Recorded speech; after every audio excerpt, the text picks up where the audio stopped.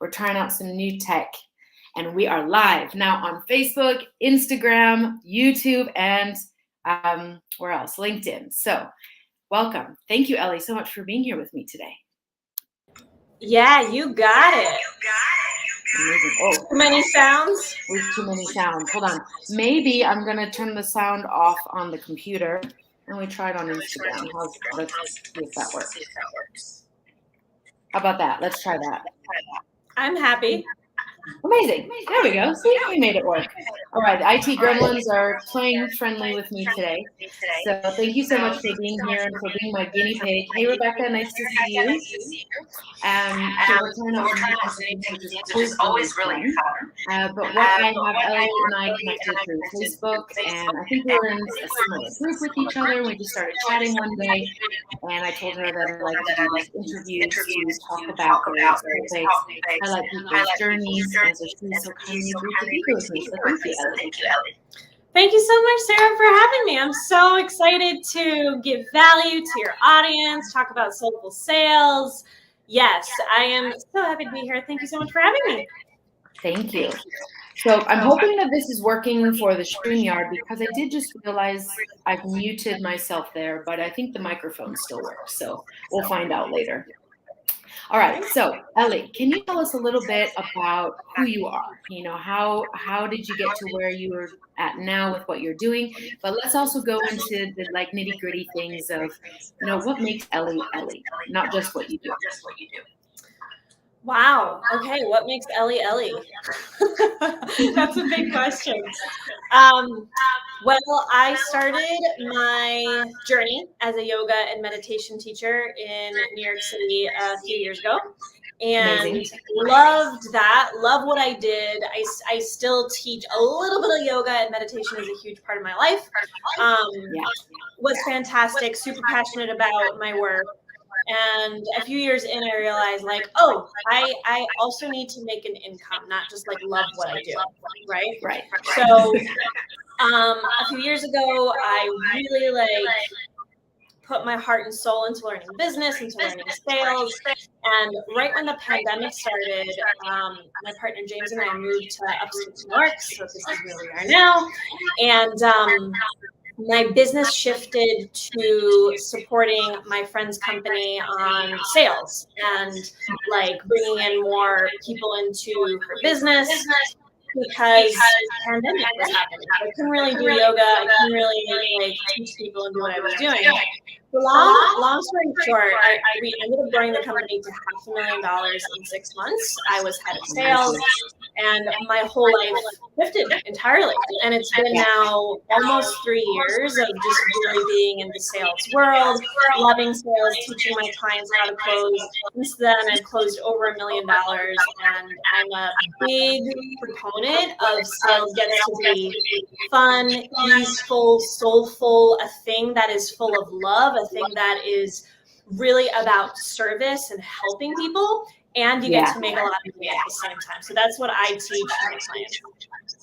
Amazing. And I think that's a really important thing, because at the end of the day, there are so many people out there with skills, amazing skills, and amazing knowledge, and they should be sharing that with other people, and they have value to provide.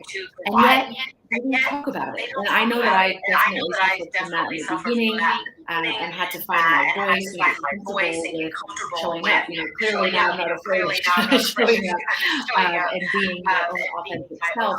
But a lot of people struggle with that, and they feel like they're bothering people, or that they're a pain. And yet, as you said, it really is a service that they're doing, and a disservice if they're not selling their services. What do you think is the biggest? Go ahead. Yeah. No, I think what you're going to ask is like, is that the biggest challenge that I see?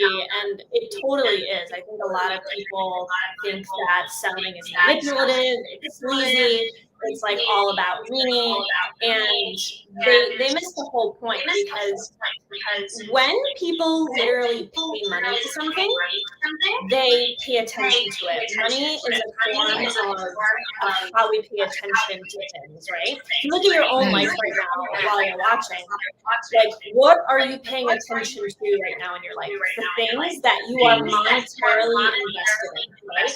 So if you are a service-based business owner, you help people through wellness, or maybe you're a relationship coach, or maybe you have a business that helps people with their business, or maybe you're a mindset coach, whatever it is that you do, if you are helping people through your work, the most powerful and helpful thing you can do is actually sell to them, because then you are literally helping them guide their attention to creating incredible things, to creating more of what they want in the world, and to helping more people. So sales and money is like one of the most incredible things that you can do to help people move forward in life in what they actually want to create for themselves and for their business and for what they want to create. Yeah, I think that's beautiful. And I think it's a different mindset than most people might be used to, because perhaps their exposure to selling was in an environment where they were not aligned with the product or the service that they were selling to the company, but they just kind of got in and did the job and picked up the phone, and so their experience with it never really felt aligned. And yet when you're doing something that is aligned for you, there are ways, and it's like a muscle, I think, that you need to practice it, right? It's not something that might come naturally for many people, especially if we have this belief around it that makes us want to show up, right? So how would you kind of coach somebody through the early stages of that, and how they can start to shift their energy so that they can show up as themselves, but also feel that they really are of service rather than annoying? Yeah. So the first thing is, like, again, to just have that mindset shift that sales is service and love. Because for people that are empathic, people that are people pleasers, people that, like,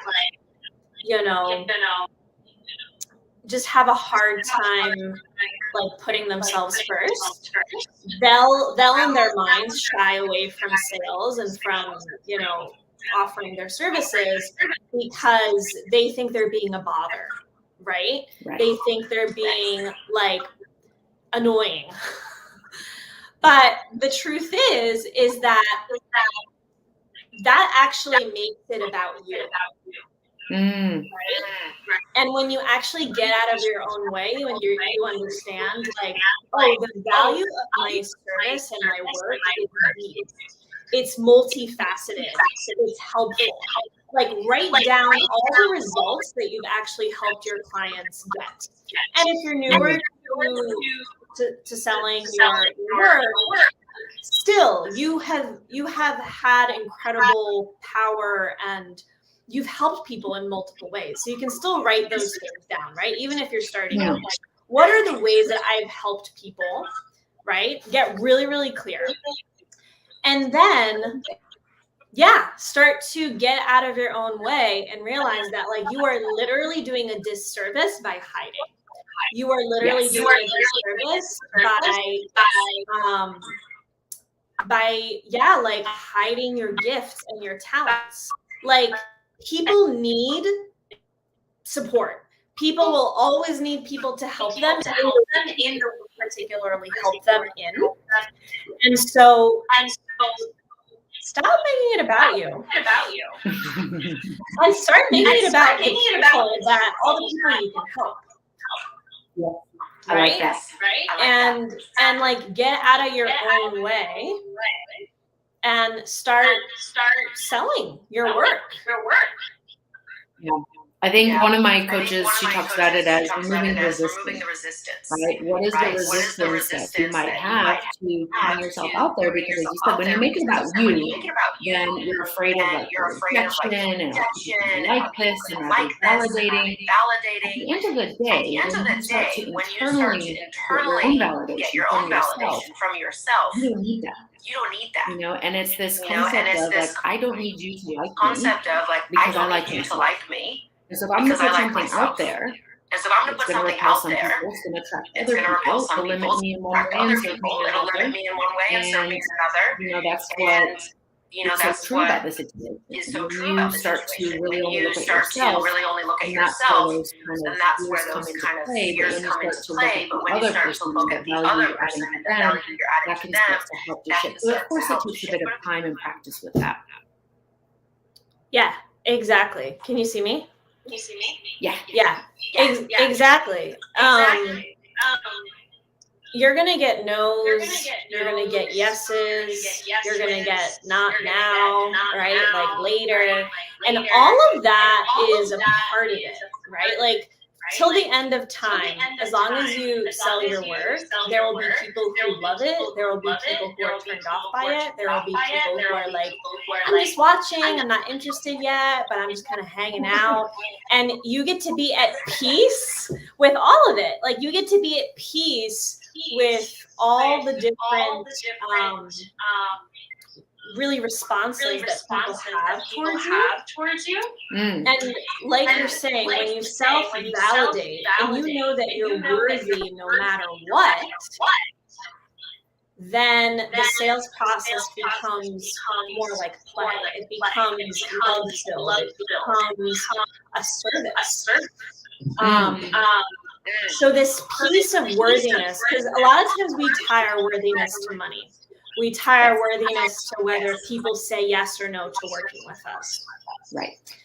When you go into sales with that mentality, you're going to be really beat. Like it's going to be really, really challenging. So the practice of self-validation, right? But just I think the mood swings go up and down, right? Yes. Yeah. So the practice of self-validating, the practice of knowing that you're worthy no matter what is so important because it's true. You've always been worthy. You'll always be worthy. And your income is going to fluctuate throughout your life. That's totally natural. Money doesn't have power over you. Money doesn't validate you. You get to validate you. Right. And then when you sell from a place of overflow of like, I'm already worthy, I'm already whole, then the sale becomes effortless. It becomes joyful. It becomes expansive.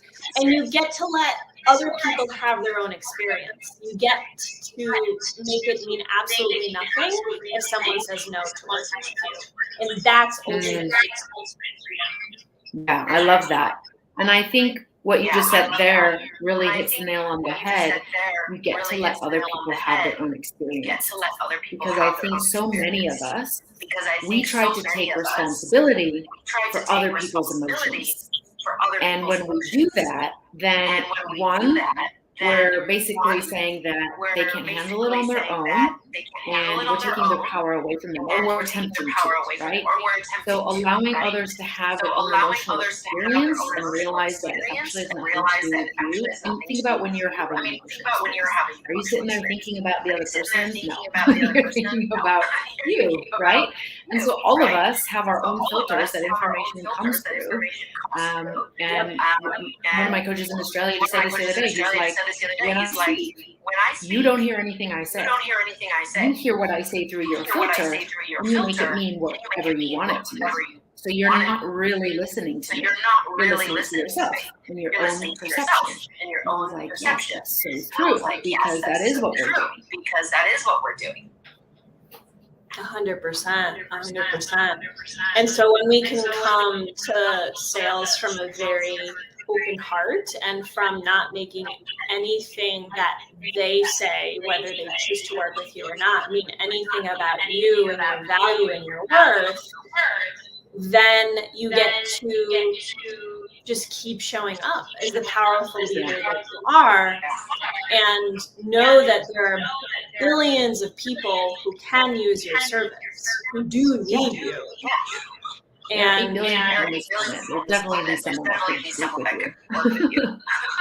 So many people. And I think people can, It's a little bit like when you're dating. I like to create a lot of dating analogies, and you're dating, and like every single date you go on, you're like, they're the one, and if they say no, I'm done. Like sales can really feel like that, right? Like especially when you're starting out, when you haven't had many clients.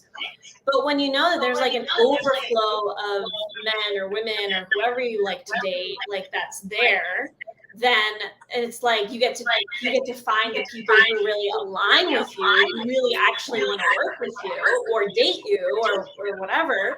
Like you get to trust that you don't have to force everything. You get to show up as you truly are and not need to contort yourself in any particular way.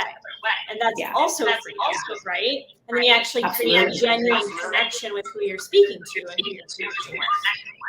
Yeah, I like to use the dating analogy as well because it's when you're trying to fit yourself into a box, then you're restricting the true parts of yourself, right? And so that's going to come out at some point, whether it's with the firm that you're working for, the clients you're trying to get, the person you're dating. At some point, you just want to be you, and as the real you starts to come out, the other party's like, this isn't what I signed up for, right?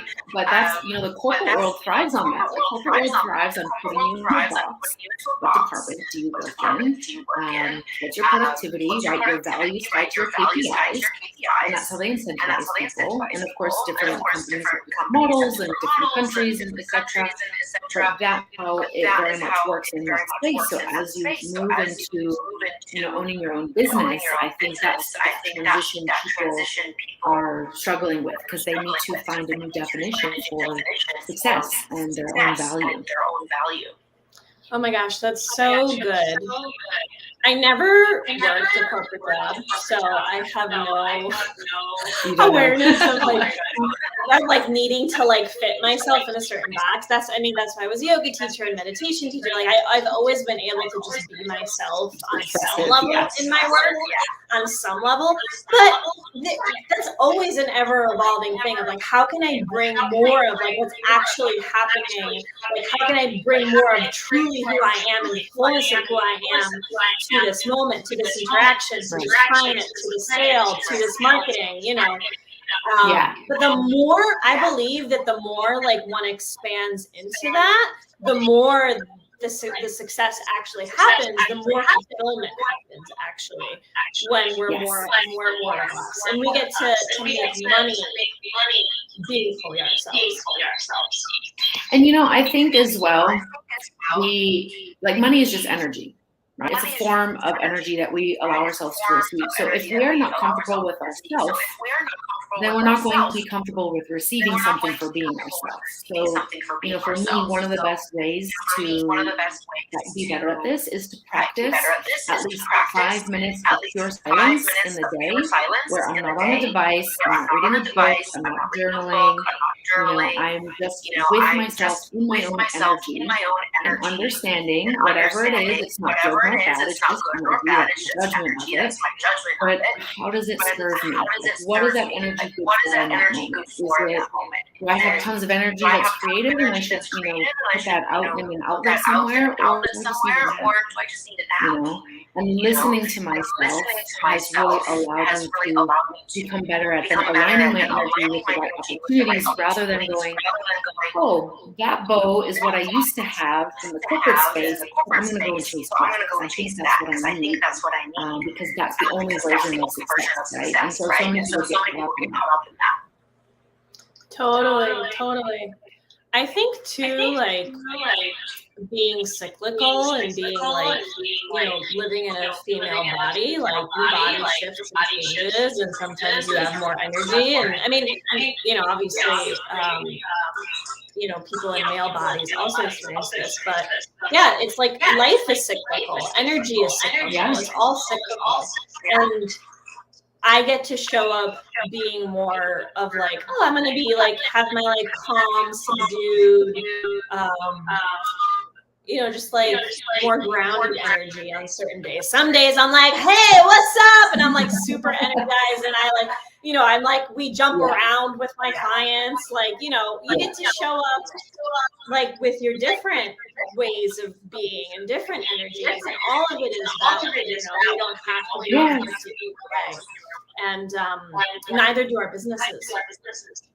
And I think that's really the point is allow your clients to see you in different energy states. Because if they only ever see you in the one version, then they might start to feel like, oh, I need to always be that version. But if they can see you having a bit of a down day or a muted day and understand that that's okay to experience different things, that inspires them to allow that.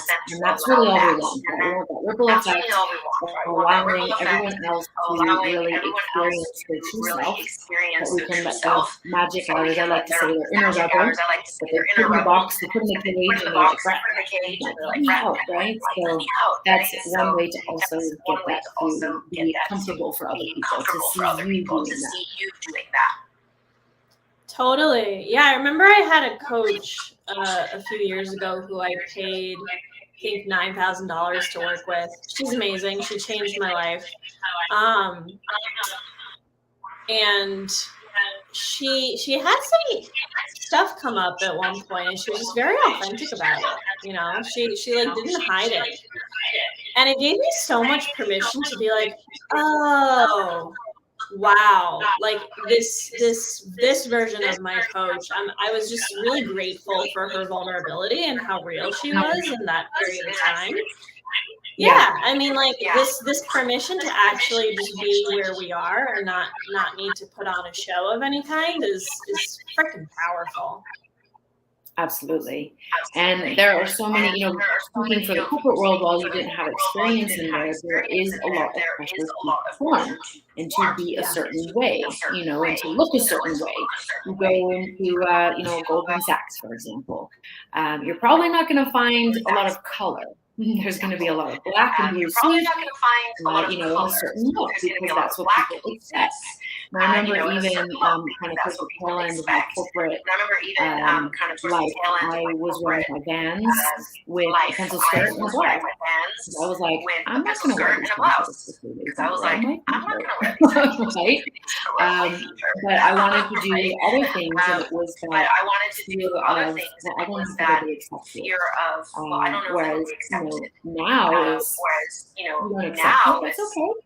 You don't have to, cross paths or connect or get together, and that's fine. I will have other people who will connect and appreciate me for me, rather than me trying to be something else I'm not. And I think, think back to when you were a kid. I can see your hair's curly, my hair's curly, I always wanted straight hair. I always straightened it, and then I went blonde. And it's like we always want the thing that we don't have, and we go on this journey.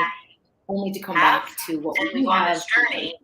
Only to come back to what we do have to embrace it. I love that.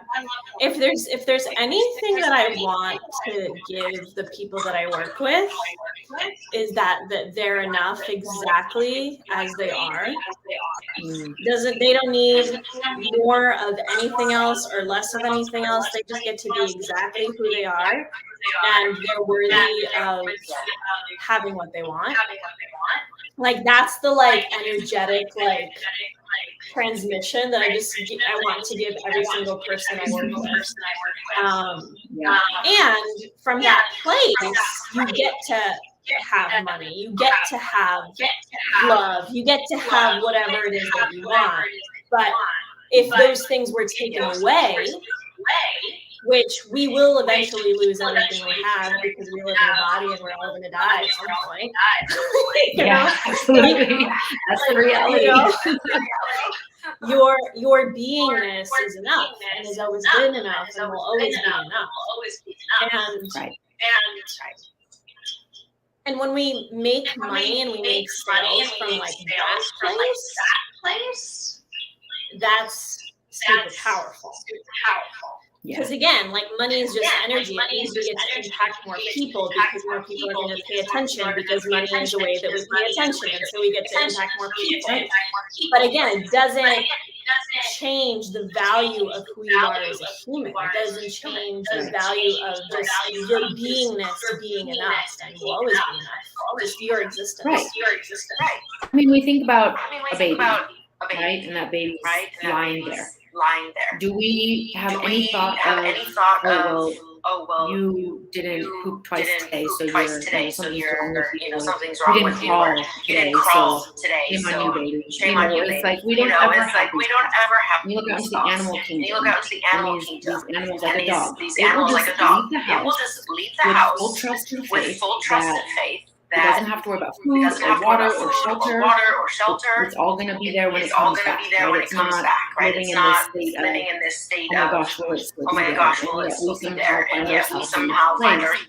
And I think if we can start to look to nature a little bit more and go back to that initial, like, imagine that you were a baby, how would you speak to yourself? How would you do yourself? And so it sounds silly to a lot of people, especially business people. Oh, that's nothing. But at the end of the day, those beliefs that you have around money, around being enough, they came from your experiences. And at some point, you took on a belief, whether it was your own that you inferred or that somebody gave to you. And you've been running this program for however many years. So it's now also on you and your responsibility to change it. 100%. And I think people, especially spiritual people and people who go into spirituality, I think we're really taught that money is a negative thing from the perspective of like spirituality. I mean, religion teaches like, give all your money away, which is beautiful, and the generosity is fantastic. But there are also all these beliefs that say like having money is evil, right? Like greed and money often go hand in hand, right?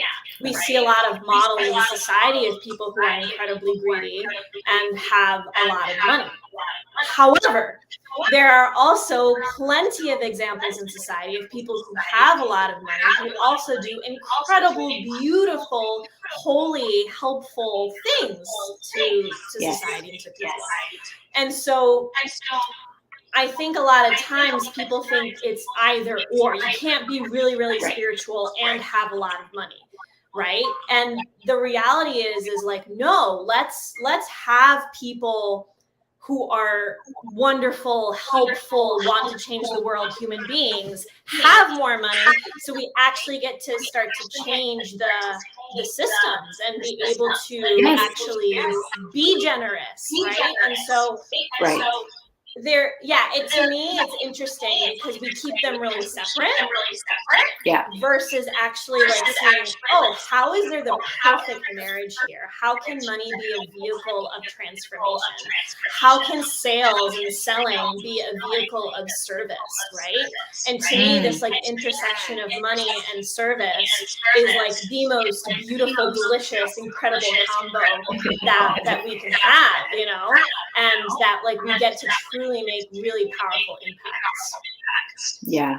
And you're absolutely right, because money is a way to get the attention of people. And why should you have to suffer just because you're doing something that's spiritual or that's helping other people? That doesn't mean that you're more worthy or holy or whatever the term you might use. And it's like going back to yoga, the concept of ahimsa, non-violence, right? If you're going to be in the state of suffering and basically doing ill will towards yourself because you think something is evil, you're actually violating one of the most basic principles, right? Kindness is a two-way street. And in order to help other people, we also have to help ourselves. Doesn't mean that we have to restrict ourselves, right? And the people who do have the resources, they're able to serve more people, right? So all of a sudden, instead of just helping like the neighbor right next to them, they can help neighbors across the world and make this massive impact, create a movement, and raise that level of consciousness or vibration or business strategy. I mean, at the end of the day, all these things are the same. They're just different terms based on what industry you work in, right? Totally. Yeah. Totally. Yeah, this is such a good conversation, marrying these two things. Yeah, absolutely. Absolutely. So what would you say for someone who has their own business that might have been struggling with getting their voice out there? So now they know, okay, we need to work on the mindset. We need to rewrite this narrative of how I view sales and that type of thing. What are some of the strategies that you would then have them maybe start? What's in one action tip that you could tell people watching this live right now that they could walk away with and start to implement? I would say sit down and make a list of all the magic that you do, all the results that you've helped your people that you've worked with, just people in your life that you've helped people achieve. And then think about, like, what are those results worth? Because I think a lot of times people conflate like how much they charge with their worthiness, right? We keep coming back to this idea today. And how much you charge for your services has nothing to do with your worthiness. Right. It is a direct connection to the results that you get people. So I was getting like incredible results when I was teaching yoga and meditation, like people's relationships, healed, chronic back pain gone, like a lot of amazing things, right? Now, like, my clients triple their income, there's more like results oriented with money. But as a yoga teacher, I didn't see it because, again, we're not taught to necessarily look for that if we're sometimes for service-based people in terms of like wellness and different things. So get rooted in the value of what you do, and then ask yourself, what is the ripple effect if someone chooses to work with me on their life, and then charge accordingly. Because then you're like, oh, I helped someone like heal their back pain for like that they were struggling with for years. Like, what is that worth? How many specialists did they see? What's the mental strain that they would have gone under, right? What's the mental strain that they would have gone under, right? Exactly. So I think people a lot of times undervalue the power of their work. Yes. And that's why they end up charging less and struggling with money. Yeah. And so if you want to make more sales in your business, if you want to grow, whether you're already an established business owner or just beginning, really root into the value, sit with it, understand it, feel it, and understand the power of your work. And then charging more will start to feel more natural as you really see the depth of the impact of what you do. Yeah, I like that. It's all about the layers, right? And I remember the first time I did that exercise, when I realized, and I went through, and I used my own personal life as an example, right? Because for a very long time I lived in this state where I was like very kind of robotic, and I suppressed emotions, and it was like I didn't allow much joy into my life. And like, yeah, I had fun, and my yoga teacher, he jumped on earlier, and he said when he first met me, I was very angry, but I didn't know I was and I laughed because it's really true. I didn't know I had all this anger inside, but it came out in different ways. And so as I started to look at, well, how did I soothe that anger? What did I do to numb it out? How much money was I just spending, like, let me go to the bars, let me, party with my friends, let me buy another trip, let me just buy this dinner for everybody because I can, and then I look at that money and what that could have gone into, or even just the amount of the money that I spend, and it's like, holy shit. I would have done some of this work a little bit earlier, I would be in a completely different state, both energetically in my body, but also energetically from the money sense, financial sense. I would have made more aligned choices in terms of partners and jobs and all sorts of things. But of course, that was part of my journey to experience that. And sometimes we need that. Sometimes we need to go through that dark night of the soul in order to then realize the true value of something. Totally.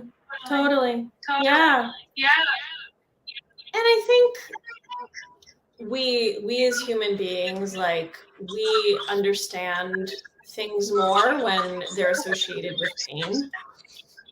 So when pain is often the greatest teacher, and and so it sounds like for you, like that was really illuminating to speak with him in that way, and to actually see, like, oh, like, this yoga, wow, like the simplicity of just like moving my body, being with my breath, being with my emotions, the impact and depth of that from like a $20 yoga class was probably like massive, right? Absolutely. So I mean, the thing that I don't see it as separate. I'm so grateful that yoga and meditation are like the foundations of what I've done.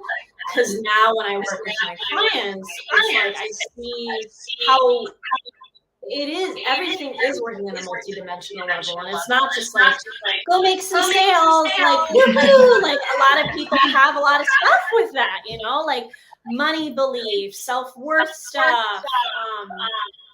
So we breathe, like regulate, you know, we do the deeper emotional work, and then also we do the money work as well. So I think if you're wanting to make more money in your business right now, but you're feeling stuck, take a look at some of the beliefs that you have around money. Like, if money were sitting here with you, what would you want to say to it? Like, are you saying F you to money? Are you saying, like, I wish you didn't exist? Are you saying, like, why did you betray me? Like, what is your relationship to money? And when you start to, like, uncouple that and see everything you've projected onto money, you start to, like, come to take ownership of that again, which will actually be able to help you have more abundance and more impact, and create more sales and more human beings that you get to impact. Yeah, I love that. And that's such a physical exercise. For some people, you might think it sounds ridiculous, but honestly, like, go get your purse or your wallet and sit there see what comes up for you. Because another thing about this, how many people make a lot of money, and then they find ways to get rid of it. Right? They're always spending on other things, but they're not necessarily investing. There's a lot of very poor people who make a lot of money because they just earn, they spend paycheck to paycheck, and it's very easy to get caught in that cycle. But when you start to look at the beliefs, you start to understand, like, maybe you don't feel comfortable holding that amount of money, even though you're earning it. You just find ways to get rid of it again, and then that cycle's perpetuated. So by starting to shine the flashlight on it, understanding that deeper belief system that's limiting you in this growth and expansion, maybe it served you at some point, and it probably still serves you in some way. But how can we now shift that and pivot it towards a belief that will help you, so that you can make different choices? Totally. And it's interesting if you look back at your family lineage, you know, what did, you know, how did your parents relate with money? How did your parents make money? You know, if you had a parent who worked a lot and wasn't around, and, you know, then you start conflating them making money to them not being around. So then you blame money, and then you're subconsciously going to be like, well, I don't want to be that type of parent, so I don't want to make a lot of money, versus seeing that you get to have a totally different relationship with money. So there's money is everything. Like, this is money. This is money. Like, literally everything physical in our world has a price point on it. It's pretty fascinating. Even now it's not even physical.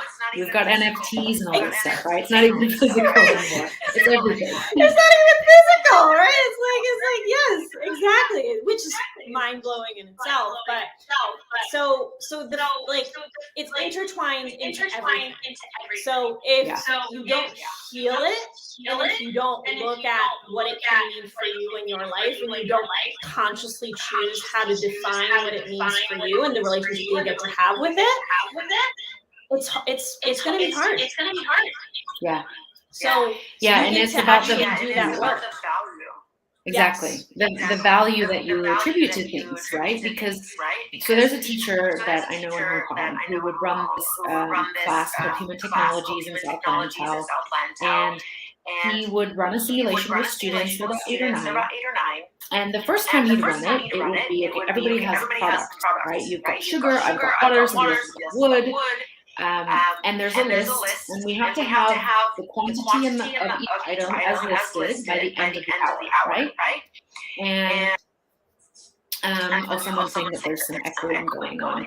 Yeah, we're trying out two new systems today, so it may not necessarily work the way that we intended. I'll have to play with it a bit more. And what happened was the first time that they ran the program, the students all ended up at the end of the hour with what they needed. Every single one of them. All the kids. He then is like lunchtime, they play again later. And he now attributes a dollar value to each item. All of a sudden, there were clear winners and clear losers. And there were people saying, it's 1 minute left, you still need something? Let me charge you double. That kind of thing. So it's interesting how the value changes when it's exchange versus a monetary value. So understanding those patterns and behaviors is going to be really important. That's fascinating. I love that. I'm just saying thanks to Lizzie. IG's good, but apparently the other things. So we might have to figure out how we can set up the cameras where we don't have feedback, so we can get all the platforms at the same time. That's okay. It's an experiment. Everything in life is an experiment. You get data. If it works, it works. If it doesn't work, it doesn't work. And that's how we grow and improve. Totally. No sweat. I mean, like, I think the other day I did like a Facebook Live and my video wasn't coming on at all, and my friend who I was on live with, like, she's the only one who was talking, so it's like permission to be so imperfect online is like a freaking gift, I actually think, for people. Exactly. You know what? There's no such thing as being perfect. So here we are bashing perfectionism at the same time as we're healing money beliefs. Bam, bam, bam. Exactly. So for those of you in my Jedi group, we're taking a lightsaber. We're just like smashing things on. I wish I could like make the noise, right? Amazing. All right. So Ellie, this has been absolutely fantastic. Thank you so much for doing this with me today and sharing your wisdom with everyone and your actionable tips. Where can people find you? What's your favorite platform? Tell us about your website, where people can get in touch. Thank you so much, Sarah. This was so fun. So I would recommend if you want free training that I recently gave, it's the 10 mindset shifts that helped me close over $1 million in sales. You can join my Facebook group. You can message me on Facebook or on IG, and I'll get that training to you. Message me on Facebook, add me as a friend on Facebook. Like, let's connect. I just finished my website. It's a new site. There's still like a few things that are imperfect about it, but you can go to my site and look at it, ellieann.com. But if you want the training, just message me on Facebook or IG and I'll get it to you. Perfect. All right. So when we post this video, it will post automatically to LinkedIn, Facebook, and YouTube. So people will just be able to see you there. And then this one will also have the link back to your profile so people can shoot you a message. Thank you so much. Thank you, Sarah. I appreciate you. Thanks for having me on. Yeah, I appreciate you too. I hope you have a beautiful rest of your day, and we'll speak to you soon. Thank you. Bye, everybody. Bye. Have a beautiful